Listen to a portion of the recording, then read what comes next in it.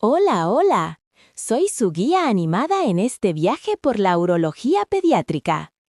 Hoy vamos a hablar de patologías frecuentes, importantes, y que sí o sí hay que saber reconocer a tiempo.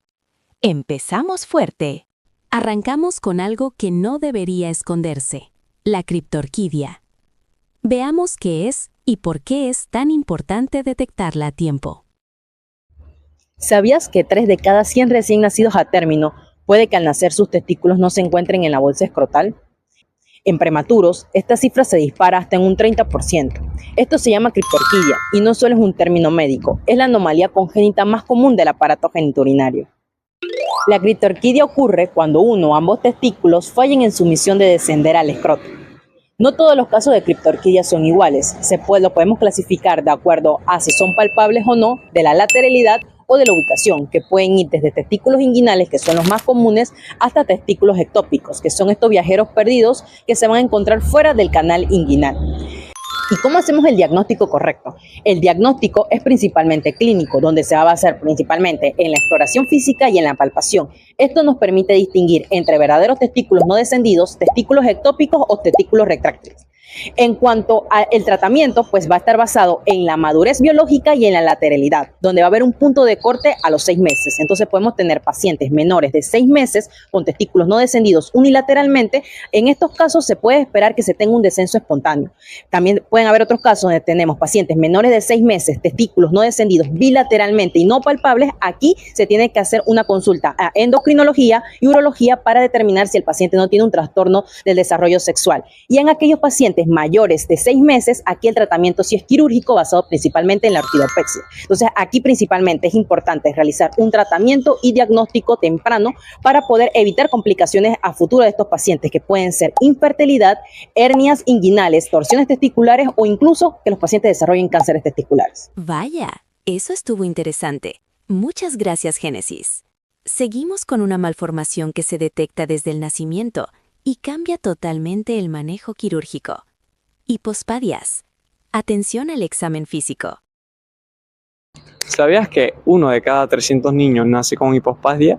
Bien, a continuación te cuento qué es. Es una anomalía congénita que afecta principalmente a la apertura de la uretra, es decir, el meato, que ésta se va a encontrar en su posición normal en la punta del pene, pero en este caso se va a encontrar en la parte inferior del mismo. Entonces hay otros 2 signos clínicos muy característicos, que sería la curvatura del pene como tal, y también que en la porción inferior el prepucio que recubre el glande pues va a estar ausente. La ubicación del meato va a depender mucho de su gravedad. ¿Y por qué digo esto? Porque van a haber 3 clasificaciones. Una anterior, que es cuando el meato se encuentra cerca de la punta, pues que son casos más leves y comunes. En medios, pues que ya se encontraría el meato en el cuerpo del pene. Y por último, que serían las posteriores, que estas se encontrarían en el escroto y en el periné, que son los casos más complejos, pero a veces no viene solo, a veces viene acompañado en casos severos. Puede asociarse a criptorquidia, hernia inguinal y trastorno del desarrollo sexual si no se logran palpar los testículos. ¿Y cómo podemos solucionar esto? Pues principalmente cirugía. Hay algo muy característico que es un material de oro, que sería el prepucio que queda, que los cirujanos urólogos utilizan mucho para hacer la reconstrucción ureteral, y así esto va a poder corregir pues esa deformidad o esa anomalía congénita. También esto se sugiere que se pueda realizar entre los 6 y 18 meses de nacido. ¡Wow! Gracias, Osman, por esa excelente explicación. Ahora pasamos a un tema súper común en consulta pediátrica y que genera mucha ansiedad en casa: enuresis. ¿Sabías que la anuresis puede no ser por pereza, sino que puede ser un problema grave para el niño? La anuresis básicamente es cuando el niño unja, orina a la cama involuntariamente. Esto generalmente durante las noches, lo que quiere decir que naturalmente los niños van a estar dormidos. ¿Hasta qué edad es anormal? Es normal hasta los 5 años. Sin embargo, cuando pasan de los 5 años y el niño tiene en un periodo de 3 meses lo que son estos episodios por lo menos 2 veces a la semana, podemos considerarlo una enuresis patológica. Ahora bien, en cuanto a las causas, la principal es una afectación neurológica, debido a que recordemos que el control de los esfínteres urinarios viene dado por el sistema nervioso. Otras causas son, por ejemplo, estructurales, como que el niño tenga una vejiga pequeña, así como otras, como por ejemplo que el niño produzca demasiada orina, así como también si el niño tiene antecedentes por parte de los padres que también padecieron de lo que es enuresis, entonces el niño también puede padecerlo. En cuanto al impacto social, así como también familiar, podemos ver que el niño puede incluso padecer de lo que es vergüenza y ansiedad, mientras que los padres de preocupación, así como también de regaños innecesarios. Por último, en cuanto al tratamiento, podemos ver que el eje de todo el tratamiento para la neurosis patológica es que tanto el paciente, o sea, el niño, como los padres se eduquen adecuadamente y que también hagan ciertas estrategias para que el niño, por ejemplo, pongan alarmas para que el niño cada cierto tiempo orine, o bien antes de dormir el niño orine y así vacíe su vejiga. Y ya estaría el tratamiento farmacológico, pero esto es como última opción. Gracias por esos datos tan interesantes, Dylan. Mucha atención que este es de los temas clave. Válvulas uretrales posteriores, porque detectarlas tarde puede significar daño renal irreversible. Ojo con esto. ¿Sabías que una de las causas más importantes de obstrucción urinaria en niños se llama válvulas uretrales posteriores? Es una malformación congénita que afecta únicamente a los varones y ocurre cuando se forman membranas anormales en la uretra posterior, dificultando así la salida normal de la orina desde la vejiga. ¿Y qué pasa cuando la orina no puede salir correctamente? La presión empieza a acumularse, la vejiga se vuelve más gruesa y disfuncional, y la orina puede devolverse hacia los uréteres y los riñones, provocando así dilatación de la vía urinaria y daño renal progresivo. ¿Sabes que esto puede detectarse antes de nacer? Sí, durante el embarazo, la ecografía puede mostrar signos de alarma como vejiga distendida, hidronefrosis bilateral y disminución del líquido amniótico. Pero, ¿y después del nacimiento, qué señales deben alertarnos? Un chorro urinario débil, dificultad para orinar, infecciones urinarias recurrentes y distensión abdominal puede ser alguna de las señales importantes.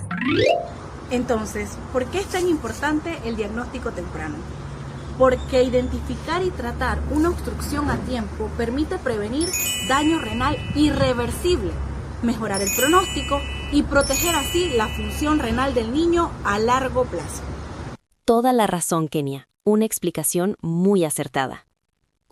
Han sido minutos llenos de información muy valiosa, pero antes de que se me cansen, cerremos con una urgencia urológica poco frecuente en pediatría, pero que hay que reconocer rápido: priapismo. Todos tuyos, Lía. ¿Sabías que una erección de más de 4 horas se considera una emergencia incluso en niños? A esto se le conoce como priapismo, que es una erección persistente y dolorosa que no está relacionada con el deseo sexual y suele ser menos común en niños que en adultos, pero que cuando ocurre es una verdadera emergencia que hay que tratar adecuadamente para evitar problemas a largo plazo. En cuanto a las causas, la causa más común es la enfermedad de anemia de células falciformes, que esta produce una obstrucción del flujo como tal. Otras etiologías pueden ser el uso de medicamentos para tratar el TDAH, los traumas perineales, los trastornos hematológicos y las infecciones. Entonces, existen dos tipos de priapismo, el isquémico y el no isquémico. El isquémico, también conocido como bajo flujo, es aquel en donde la sangre se queda estancada y no le llega al pene. Entonces, esta constituye la verdadera emergencia, mientras que el no isquémico o el de alto flujo sucede después de una lesión o un trauma en donde la sangre sigue circulando, pero de manera normal.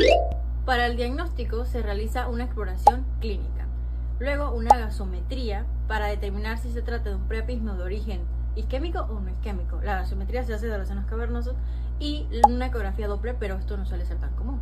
¿Cómo se basa en una emergencia urológica? Aquí lo ideal es colocarle hidratación, analgesia, se irrigan los senos cavernosos para limpiar, se hace un drenaje de los senos cavernosos y si no funciona, incluso se le coloca fenilefrina para poder tratar la persistencia de la erección. Y si se da el caso de que con estas medidas el paciente siga con esa emergencia, entonces ya se da un manejo quirúrgico con un shunt, que es derivar la sangre que está obstruida de los senos cavernosos para poder liberar al paciente y ayudarlo. Y ya luego, una vez está estable, pues se trata las causas subyacentes, que son las etiologías que ya mencioné anteriormente. Entonces, ¿por qué es una emergencia urológica? Porque si no se trata a tiempo y se trata de un priapismo isquémico, esto puede ocasionar un daño permanente en el tejido del pene que va a generar una disfunción a largo plazo. O sea que hay que tratarlo lo más rápido posible para evitar un daño irreversible permanente en el paciente. Y listo. Esto fue un repaso rápido pero clave de urología pediátrica. Recuerden, en niños el diagnóstico oportuno cambia completamente el pronóstico. Gracias por acompañarnos. Su guía animada favorita se despide. Bye bye.